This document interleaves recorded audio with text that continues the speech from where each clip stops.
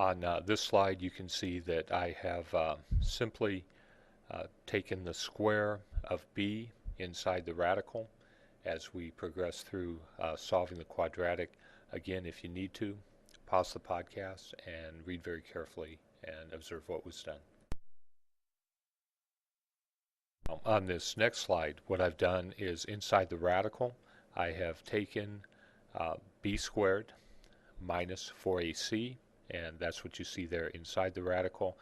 Nothing else has changed. Again, working through this quadratic slowly so that if you're going to hand crunch through, these are the steps that you would go through to do it. Again, check with your teacher. If you're not an Ontario high school student, check with your teacher and see if they'll let you use a quadratic program. It will save you a lot of time and oftentimes prevent you from making the simple careless mistakes that happen when you do a gut crunching calculation like this. So pause if necessary. Thanks. This slide shows taking the square root of the value inside the radical, and that's all that you see here. Again, if you need to pause this to contemplate it further, please feel free to do so. So continuing with the development of our quadratic solution, we have x is equal to negative 1.08 times 10 to the negative fourth, which was negative b, plus or minus 9.8 times 10 to the negative third, which is the square root of b squared minus 4ac. And all that quantity is divided by 2. So again, we're just developing the quadratic. Make sure that you pause these as necessary so that you can get a good understanding of how we work through that. And in the appendix of most chemistry textbooks will be a section that deals with quadratic equations, and if you need help with that, that would be a good resource, or certainly ask your math or chemistry teacher regarding that.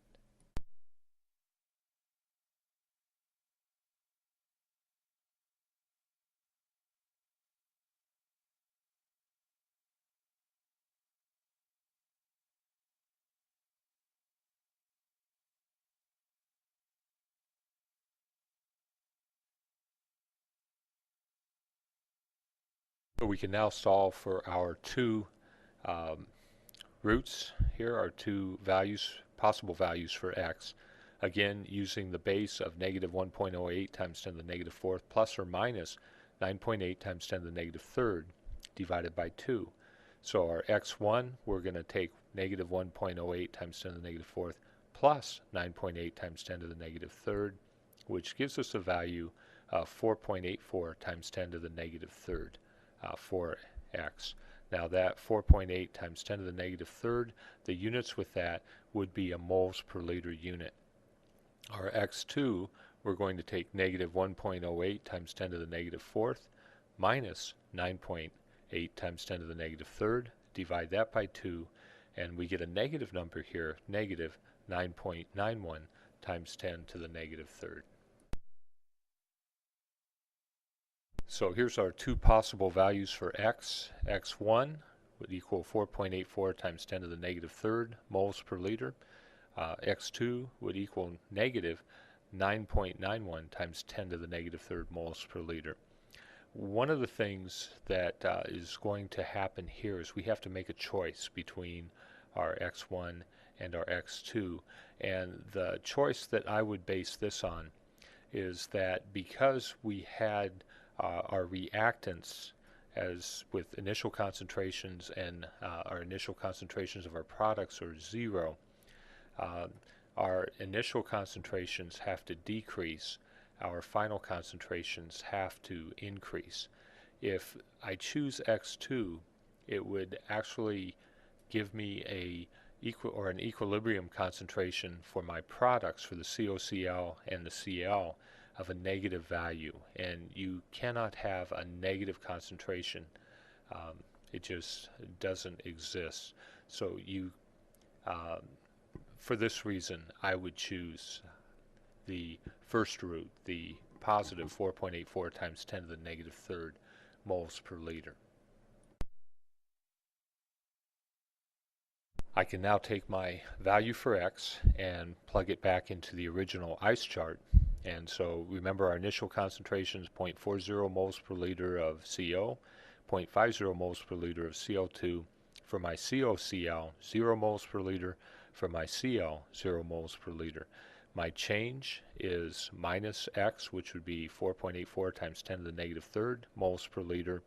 So I will be subtracting that from my 0.40 moles per liter of CO and my 0.50 moles per liter of Cl2, and then adding that 4.8 times 10 to the negative third moles per liter to 0 for my COCl and to 0 for my Cl. So at equilibrium, I'm going to have 0.40 moles per liter of CO, and that's simply because when I take 0.40 minus 4.8 times 10 to the negative third, because of significant digits, it essentially rounds to 0.40 moles per liter. There's no significant change. As you can see, I show you when I do that calculation, I end up with 0.495, and because of significant digits, this would round to 0.50 for the Cl2, and I get 0.395 for the CO, which again, with two significant digits, would round to 0.40. So that's why those concentrations look the same as the initial, simply because of our significant digit protocol. Now, for our COCl, our concentration at equilibrium is 4.8 times 10 to the negative third moles per liter, and our concentration of Cl is also 4.8 times 10 to the negative third moles per liter. This is the end of part 1-5 to the Equilibrium video podcast series here at Ontario High School. I want to leave you with another quote from the novelist Mark Halperin. Perhaps things are most beautiful when they are not quite real. When you look upon a scene as an outsider and come to possess it in its entirety and forever. When you live in the present with the lucidity and feeling of memory. When, for want of connection, the world deepens and becomes art. I wish you well.